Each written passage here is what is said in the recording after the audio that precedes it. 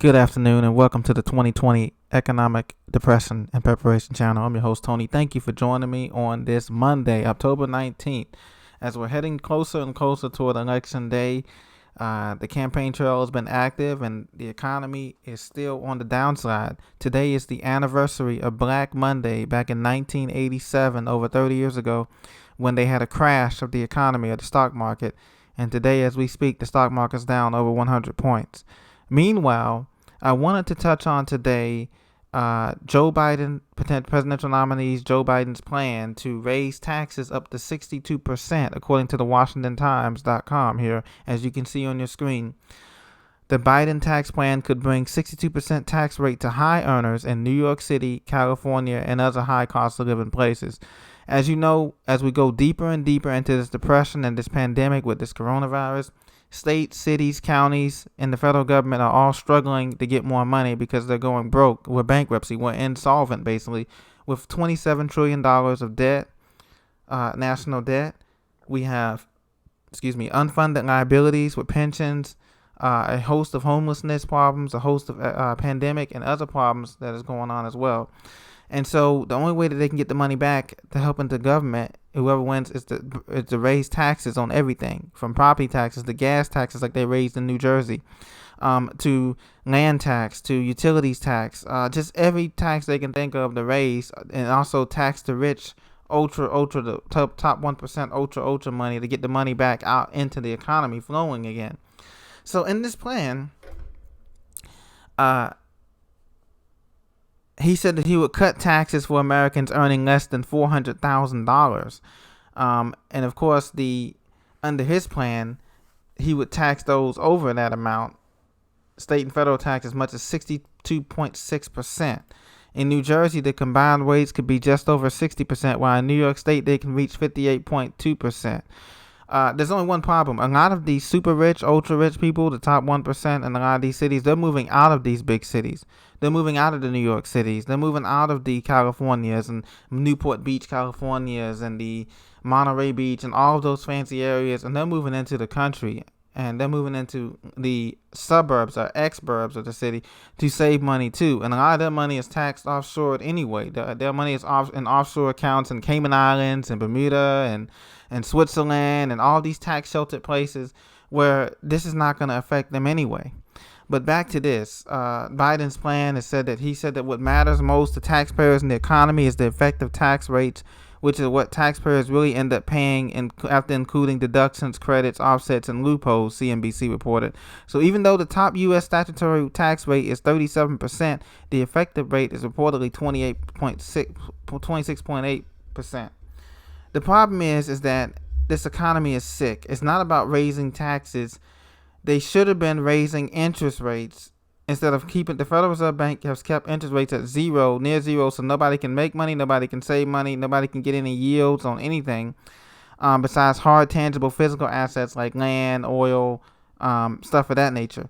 So because of which, they're trying to increase taxes and squeeze blood out of a turnip from the American people, and it's just not going to work because we just do not have the money.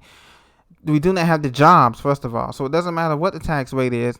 When you have 65 million people unemployed right now and growing every week, let's look at the numbers this Thursday. I guarantee you it's going to be over 800,000 people this Thursday when the numbers come out, 8:30 a.m. this Thursday. How can you have a recovery when you're trying to raise taxes? You have high unemployment. This is a recipe for disaster. So if Mr. Biden plans to do this when he gets in, then we're going to be even in worse shape. And you know it takes 10 to 12 years to recover from a depression. This is going to bring us back even in a worse shape because they're going to ask for taxes to increase. And so the cities and counties, your cities, counties, and townships are going to say, okay, wait a minute. It's not just the top 1% of the rich that need to be taxed 62%. We need to tax the poor, and those who have a job or had a job are going to be taxed. So that means your property tax, your school taxes, your land taxes, everything is going up. Police tax, fire tax, 911 taxes on your bills, it's all going up. And that's going to mean bad news. The same thing happened in 1929 in the Great Depression. Those who had jobs, okay, the taxes would rise so much and inflation was rising so much that their salaries and everything meant very nothing. It was inconsequential. CNBC reported earlier this month that Mr. Biden's plan would significantly impact those making more than $1 million per year, and those earning slightly more than $400,000 will only see small increases. The problem is that those who are earning the big dollars, the billionaires and the ultra billionaires and trillionaires, they're not going to be affected by this because their money is not in the United States anyway. That's the problem. And then secondly, I want to touch on this, guys. 19 biggest wasters of tax dollars. Regardless of whatever you believe in politically or spiritually, United States has been wasting a lot of money, the government and in the private sector, down the drain. This is the top 19 biggest wasters of tax dollars from cheapism.com. So the first one is earmarks. Look at this, totaling $14.8 billion in 2018. Just things to tip the scales on these lobbyists, the iron triangle of the lobbyists in Congress. Like, they have a special interest groups, the lobbyists and the congressman or woman. They work together in the triangle. They call it the iron triangle. To when these bills get passed, they put in a lot of extra provisions so that they can get extra money out of it for themselves. That's called earmarks. Okay. Look, F-35 Joint Strike Fighters. The Joint Strike Fighter program, 17 years in development. The Pentagon spent over $842 million to upgrade the aircraft they was already supposedly they were going to replace anyway with new ones, but they spent $842 million, look right here, to upgrade old aircraft that they were going to replace anyway in 20 years or whatever. Same thing with tanks. More tanks than the Army knows what to do with. In 2012, Army Chief Raymond O'Donnell told Congress that nation has more than enough tanks. They have 2,000 tanks sitting in the California desert unused. Look at that. They've earmarked $1.5 billion of taxpayer funds for the M1 Abrams tank since 1994, $593 million of which was allocated just in 2018. Special coffee mugs for the Air Force. More than $325,000 was spent on 391 self-reheating coffee mugs. Look at this. Transportation investments, generation recovery.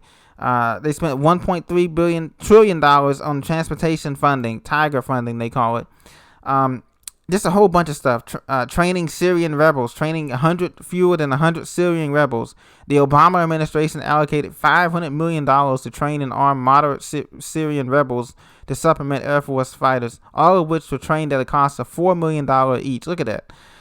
Making hamsters fight. The NIH, National Institutes of Health, make hamsters fight while on steroids and other drugs. The testing, they received more than $3 million in taxpaying funding. And by the way, this is what they're doing with this coronavirus thing. Guys, do not take the shot. I'm just going to tell you right now, it's not safe, despite what your president and everybody's telling you. But they're going to try to pay people to take this corona shot. Do not take it. If you take it at your own risk, just like they do these animals, they testing. They spent more than $3 million on that. We spent $2 trillion on corona vaccine that we don't even know if it's gonna work or not. So guys, look, maintaining abandoned properties, so many different things here. But the bottom line is that what I want to tell you is that the combined greed of the American elite, top 1%, the combined wasteful government spending, and the combined just mismanagement is going to lead to this depression. And so, ladies and gentlemen, what we have to do is we have to prepare, because we know what's coming. It's on its way. It's already here. The depression has arrived. It's just is going to come out in phases, phase 1, phase 2. Right now, we're just in the second inning of this thing, and we need to be prepared because we still have the housing crash to come next year. We still have the food shortages as well as the supply shortages on auto parts, on appliances, furniture, you name it. They're going to be a lot of things coming up after this election that we need to get prepared for as well. And so I just want to touch base with you on that it's not so much the tax plan or a flat tax or whatever the politicians come up with. The problem is that there's income inequality at all sectors, at all levels, the poor, middle class, upper class, and also there is greed and wasteful government spending. And that's what's going to lead to this depression that's going to last more than 10 years, the last decade for America. And this is what we're into right now. So get prepared, stay prepared, be blessed. If you have any questions, leave them in the comments. I'll be sure to get back with you. And make sure you hit that subscribe button and tell others to subscribe so they can get the pure, unadulterated truth of what's going on in our finance world today. Thank you very much. Have a blessed day. I'll talk to you very soon.